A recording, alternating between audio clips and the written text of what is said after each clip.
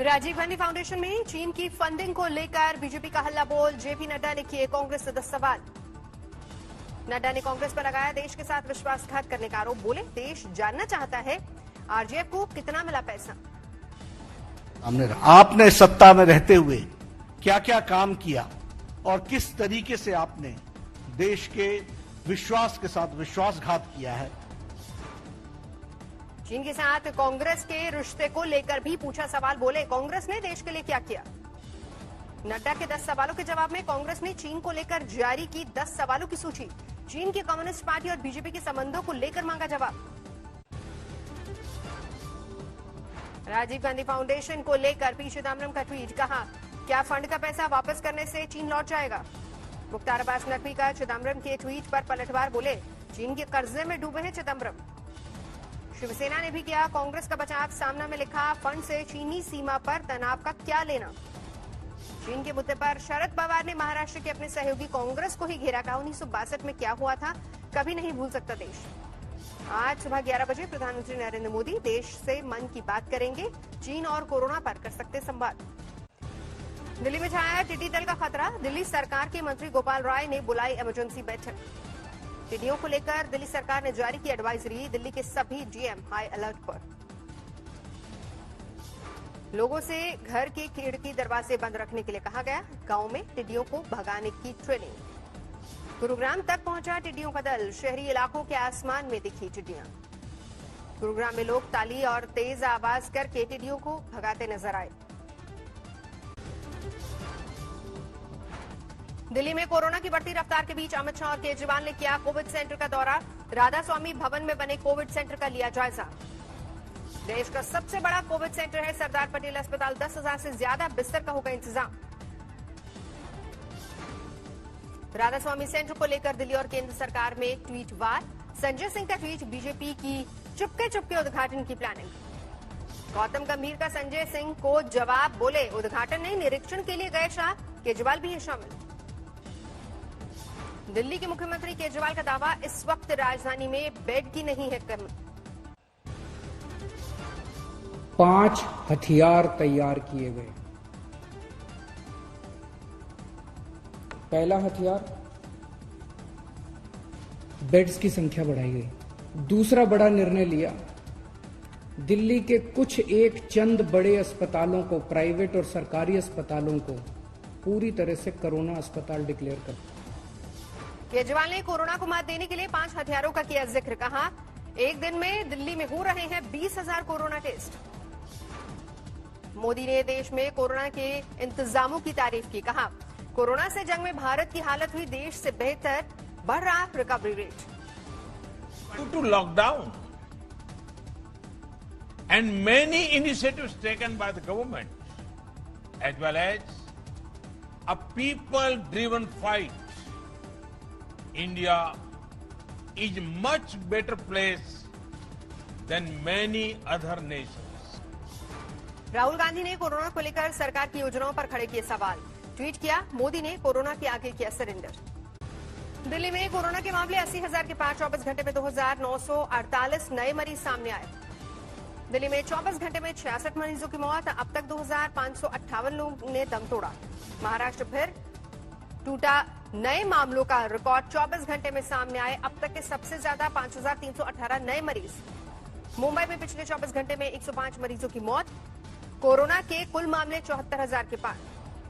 देश के 8 राज्यों में हैं कोरोना के 85% मामले। स्वास्थ्य मंत्रालय ने जारी किए आंकड़े।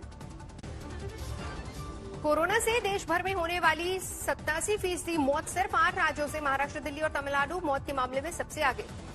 देश में संक्रमितों की तादाद 5 लाख के पार। दुनिया भर में चौथे पायदान पर भारत। रोजाना नए संक्रमण के मामले में एक हफ्ते से लगातार जारी है उछाल। शुक्रवार को सामने आए 18,552 नए मामले। 24 घंटे में देश में 384 लोगों की मौत। कुल मौत का आंकड़ा 15,685।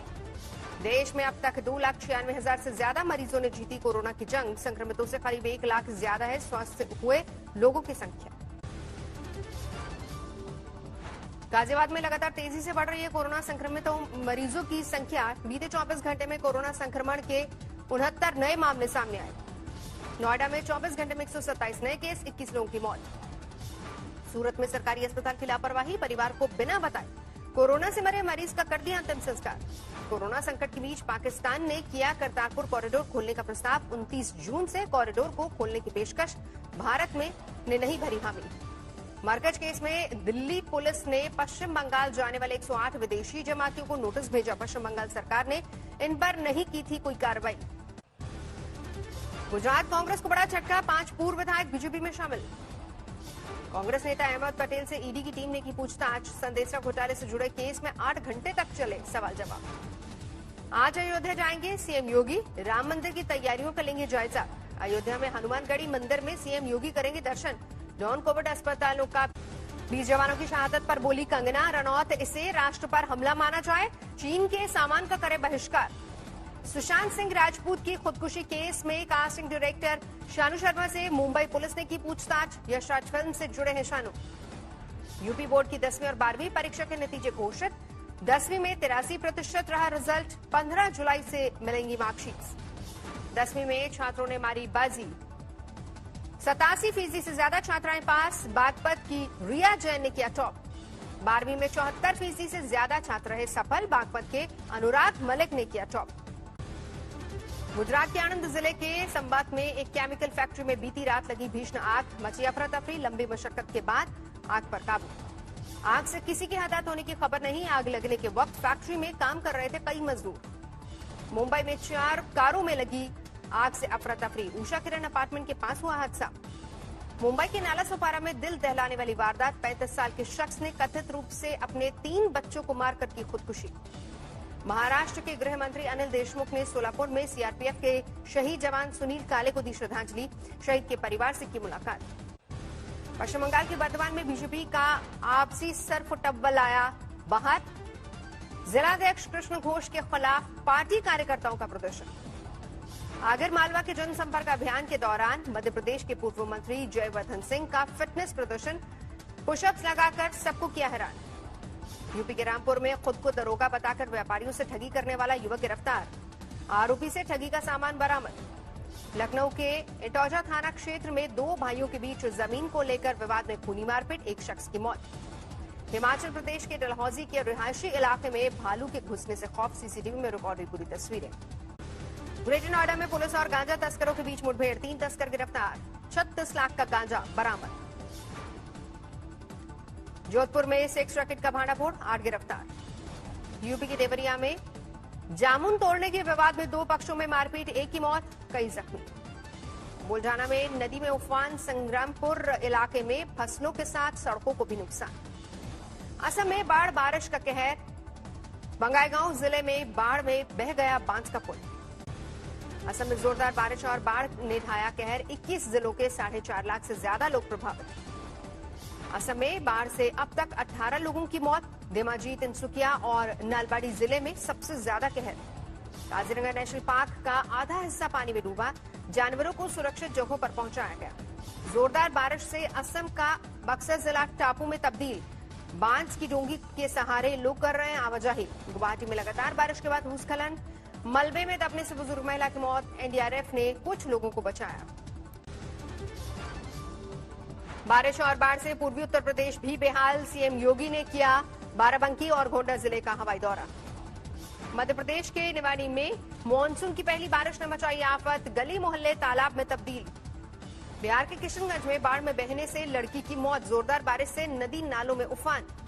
महाराष्ट्र के बुल्ढाना में बारिश आफत की बरसात, सैकड़ों एकड़ में सोयाबीन और कपास की फसल बर्बाद।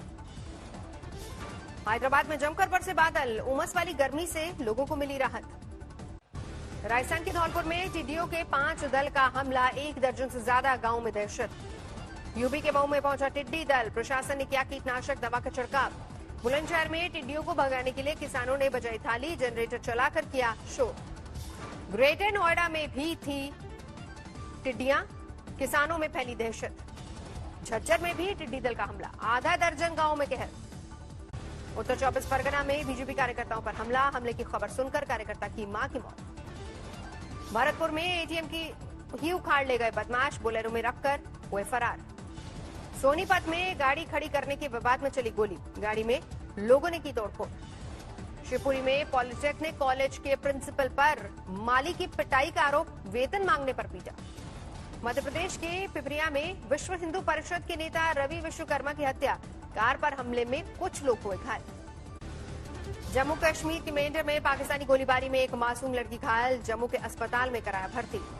हैदराबाद में सॉफ्टवेयर इंजीनियर ने की खुदकुशी, सुसाइड से पहले बनाए वीडियो में पायलट पति पर प्रताड़ना का आरोप। लॉकडाउन के बाद से दिल्ली में फंसे पाकुड़ के 12 मजदूर, परिजनों ने मुखिया को सूचित कर वापसी में मदद मांगी। मध्य प्रदेश के बालाघाट में तेज रफ्तार गाड़ी ने दुकान में मारी टक्कर, हादसे में 2 लोगों की मौके पर ही मौत। यूपी के हमीरपुर में सरफिरे ने 8 साल की मासूम को की बलि दी, जलाकर हत्या के बाद राख के ढेर पर लेटा आरोपी। हाथरस में महिला ने परिजनों पर प्रताड़ना का आरोप लगाया, वीडियो संदेश में खुद को 5 लाख में दिल्ली में बेचने की कोशिश का किया जिक्र। हाथरस पुलिस के शिकंजे में आए 2 शातिर वाहन चोर, चोरी के 14 बाइक और 2 स्कूटी बरामद। मध्य प्रदेश के शिवपुरी में 3 दुकानों में लगी भीषण आग, लाखों का नुकसान। गुरुग्राम में अमेजन ट्रक का लुटेरा गिरफ्तार, करीब 1.25 करोड़ का सामान लूटकर हुआ था फरार। इंदौर में शख्स ने ट्रेन पर चढ़कर पकड़ी हाई टेंशन तार, कड़ी मशक्कत के बाद ट्रेन से उतारा गया। लगातार बारिश से चीन में हालात बिगड़े, सेंट्रल चीन में बाढ़ जैसे हालात, पानी में फंसी कारों से पुलिस ने लोगों को निकाला। कोरोना से जंग में ब्राजील का अहम कदम, एस्ट्राजेनेका की वैक्सीन के उत्पादन के लिए किया करार, अभी वैक्सीन के चल रहे हैं प्रयोग। अश्वेत लोगों के हकों के समर्थन में लंदन में मुहिम जारी, सैकड़ों लोगों ने बैनर लेकर किया प्रदर्शन। स्पेन में कोरोना से जान गंवाने वालों को अनूठे अंदाज में श्रद्धांजलि, मैड्रिड में 40 ड्रोन ने रोशनी के जरिए दिया उम्मीद और शुक्रिया का संदेश। कोरोना के डर से उबर रहा चीन, अब जश्न के दौर में ड्रैगन बोट फेस्टिवल में जुटे रिकॉर्ड पर्यटक।